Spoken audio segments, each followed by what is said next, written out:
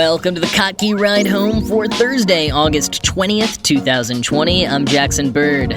Talking about lots of old media today. Vice wants to send you physical zines through the United States Postal Service. It turns out a number of industries are still using floppy disks.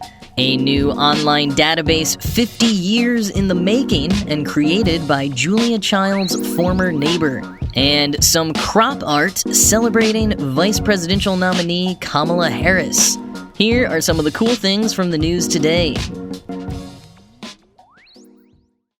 The U.S. Postal Service has been making headlines and going viral around social media for the past couple of weeks as attention turns to the need for mail-in voting and the efforts of some politicians to block that service. Now, Vice is doing something that a decade or so ago wouldn't be extraordinary at all. They're going to send their news to people via snail mail, specifically using USPS. Called The Mail and run by Vice's motherboard team led by senior staff writer Aaron Gordon, it will be a weekly newsletter on all things USPS. There will be a free digital version via Substack, but for $8 you can get a print version sent to your mailbox. The print version will just be going out once a month and only through November, but it sounds like it'll be pretty cool. With art and heavy design work, they're billing it as a zine. And those paid subscribers will also get extra digital content as well. Motherboard editor-in-chief Jason Keebler told Nieman Lab, quote, "We've always been a publication that's written about election security, hacking, security on the internet. Now we've got a digital newsletter about election security, about one of the oldest technologies we've developed. The zine will be about the post office, but will also include articles and art about more motherboard-y topics: hacking, algorithms, labor, video games, online communities, digital rights, etc. I like the dichotomy of having an email about paper mail and paper mail about the internet." End quote. Aaron Gordon, who's heading the project, became a sort of accidental reporter on the post office beat a few years back when he investigated a pattern of delivery trucks that kept catching fire. He told Nieman Lab that he's excited about the chance to discuss less current but still fascinating and important stories about the post office. He said, quote, "Recent events have been very important and are changing the way the post office functions, but much of the situation the post office finds itself in today is the product of events that happened a long time ago. A lot of that doesn't fall under what we call traditional news coverage. I can't tell my editor I should write an article about something that happened in 1970. But a newsletter is a good way to contextualize a lot of that past information with current events in a way that feels natural to readers." End quote. He's also eager to debunk some of the misconceptions that have been spread as national conversation on the Postal Service has heated up. For one, he said, quote, "The post office is not getting defunded. When the United States Postal Service was created in 1971, the express purpose of it was that it did not receive any funding from the federal government, but it was completely self-funding based on the revenue you get from selling postage and whatnot.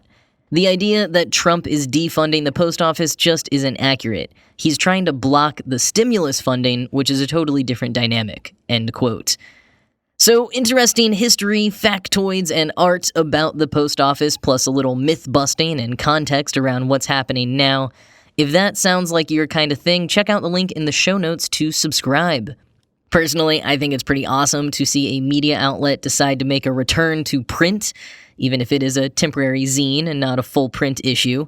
You know, anything that's a little more creative, a little slower, less clickbaity, and more thought-provoking is something I'm here for.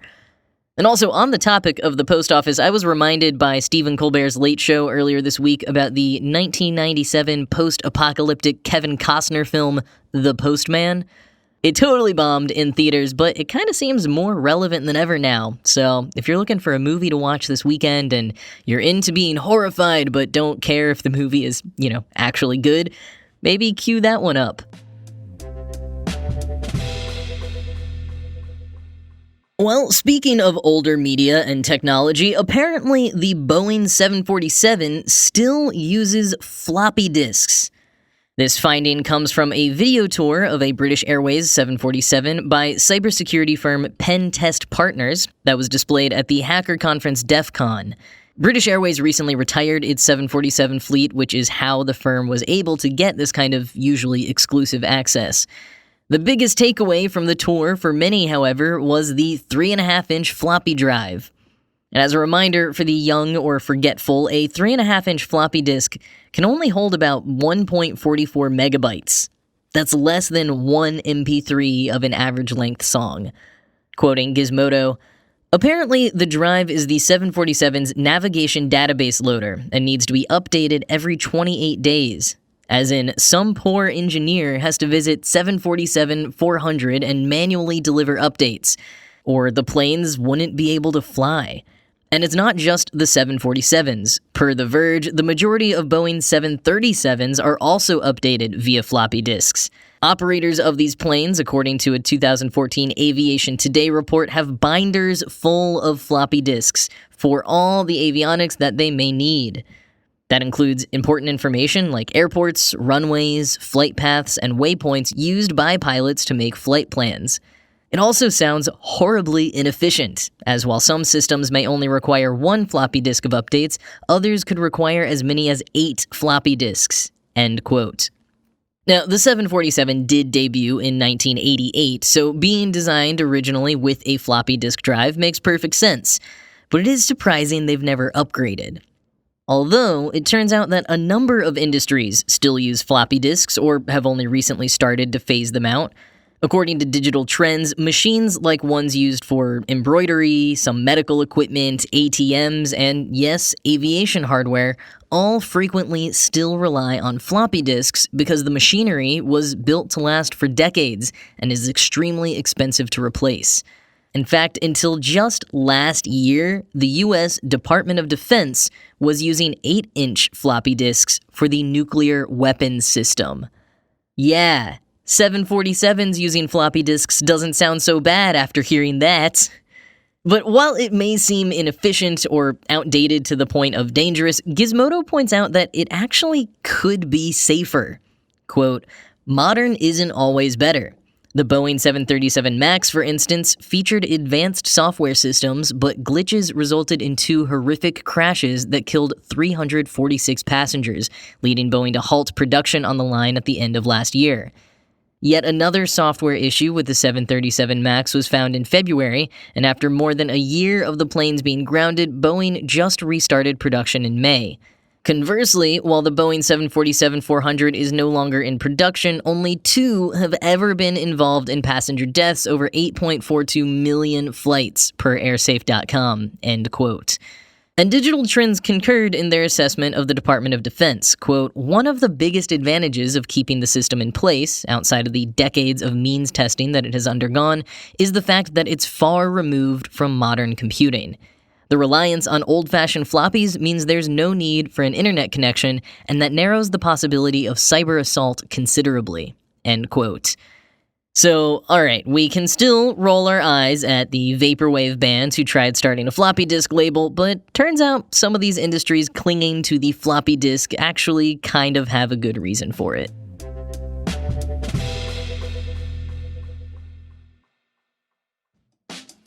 Starting a fitness program can be intimidating in the best of times, but getting motivated these days is especially tough. That's why Beachbody wants to take all the anxiety out of a workout and let you enjoy a fun, simple, and affordable way to get your body moving. Beachbody On Demand is the company behind programs you probably heard of, like P90X, Insanity, and 21 Day Fix. Now you can try their newest programs like Muscle Burns Fat and 80-Day Obsession. They offer hundreds of effective workouts for all fitness levels, including bodybuilding, weight training, cardio hit, yoga, and even dance workouts. All of which you can view on your computer, web-enabled TV, tablet, smartphone, Roku, Apple TV, Chromecast, and more. I love how easy it is to pick a workout that's right for me, like the Morning Meltdown 100, and cast it to my TV with no expensive equipment or commuting to the gym necessary. And the best part is that listeners of the Kottke Ride Home can try Beachbody On Demand absolutely free. Just text Good News to 303030 for a special free trial membership. You'll get access to the entire platform, all the workouts, nutrition information, and support absolutely free. Again, just text Good News to 303030. For anyone who has been looking for new hobbies during quarantine, I have previously recommended various ways that you can volunteer online with archives, mapping initiatives, and the like, but I've got a new one for you today: cleaning up, translating, or adding to a new database of over 5,000 historical cookbooks. The Sifter, which went live online earlier this summer, is the result of 50 years of archival work by Barbara Ketchum-Wheaton. An art history scholar who discovered her love of cooking after getting married and having children, Wheaton also just so happens to have lived next door to one Julia Child. Child, unsurprisingly, had a huge collection of historical cookbooks, and she welcomed Wheaton regularly into her home to peruse and catalog the books. That was in the 1960s, and over the decades, Wheaton ventured to many other library collections, building a database of cooking-related texts that dated back as far as the 800s. The results of this collection are now online in a Wikipedia-style crowdsourced database. Quoting Atlas Obscura, "The Sifter isn't a collection of recipes or a repository of entire texts. Instead, it's a multilingual database currently 130,000 items strong of the ingredients, techniques, authors, and section titles included in more than 5,000 European and U.S. cookbooks. It provides a bird's-eye view of long-term trends in European and American cuisines, from shifting trade routes and dining habits to culinary fads. Search cupcakes, for example, and you'll find the term may have first popped up in Mrs. Putnam's receipt book and Young Housekeeper's Assistant, a guide for ladies running middle-class households in the 1850s. Search peacock, and you'll find the bird's meat was sometimes eaten from the 1400s to the 1700s in courtly England. Wheaton hopes the website will be useful for more complex projects. She suggests, for example, using the site to track the relationship between cookbook authors' gender and the value of the ingredients included in their recipes, as a way of measuring gendered economic and cultural capital over time." End quote. Wheaton has seen firsthand how the scholarship of food has interplayed with gender over the years. Studying food used to be seen by male historians as unimportant or crass, a holdover from the Enlightenment which considered sensual topics like taste and touch to be taboo. And even as women began to reclaim food scholarship and culinary history throughout the 60s and 70s, some other women saw it as perpetuating the oppression of women by focusing on their ties to the kitchen. That began to change in the 80s, however, when food finally became a respected sector of academia. And Wheaton was right there, speaking at the first symposiums and publishing books on the history of various cuisines. Wheaton was always fascinated by the full context of cookbooks, not just the recipes, but information about the author, the impacts of the place and time in which it was published, and the recipes were conceived. Quoting again, "She envisioned a sweeping catalog of cookbooks, like a landscape scene from a satellite, that would allow her to map the contours of culinary history, the shifting trade routes, the fickle food fads, the new technologies." Researching her book in the late 1970s, Wheaton used a system of stacked cards with punched holes around the edges, each precise formation of holes representing particular categories. When she wanted to see all the works in a particular category, say books that mentioned peaches, she slipped a knitting needle through that series of holes. End quote. By the 80s, once IBM came out with a computer that could handle accent marks, Wheaton began logging her notes on the computer. But it still took 30 years more for the database, as we can access it now, to launch. It's not a sleek, intuitive database, and again, there are no recipes here. It's more like a searchable bibliography. If you're a researcher, it's a goldmine. If you're not, well, it is a little hard to see how to use it. However, you can help improve it. After making an account, you can edit entries for accuracy, offer translation skills, or input data from any pre-1940s cookbooks you have lying around, or ones that are listed on the Internet Archive. So if you are into food or databases and just looking for something to do, check it out. You might help uncover some stories that are just as interesting as the one behind the database itself.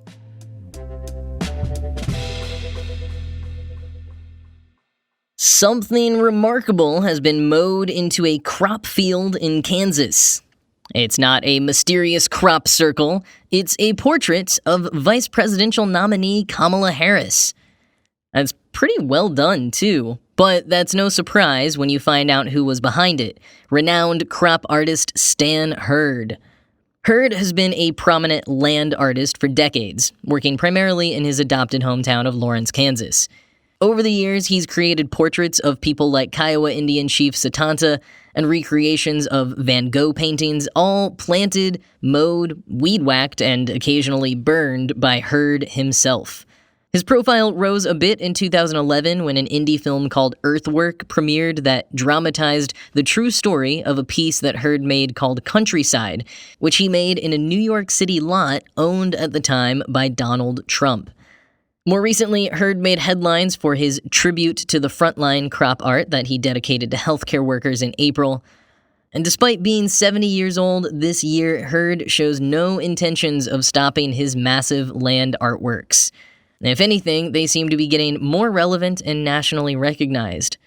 If you want to see both the Kamala Harris crop art and the Frontline Workers one, or watch the movie, links to all of those things, as ever, are in the show notes.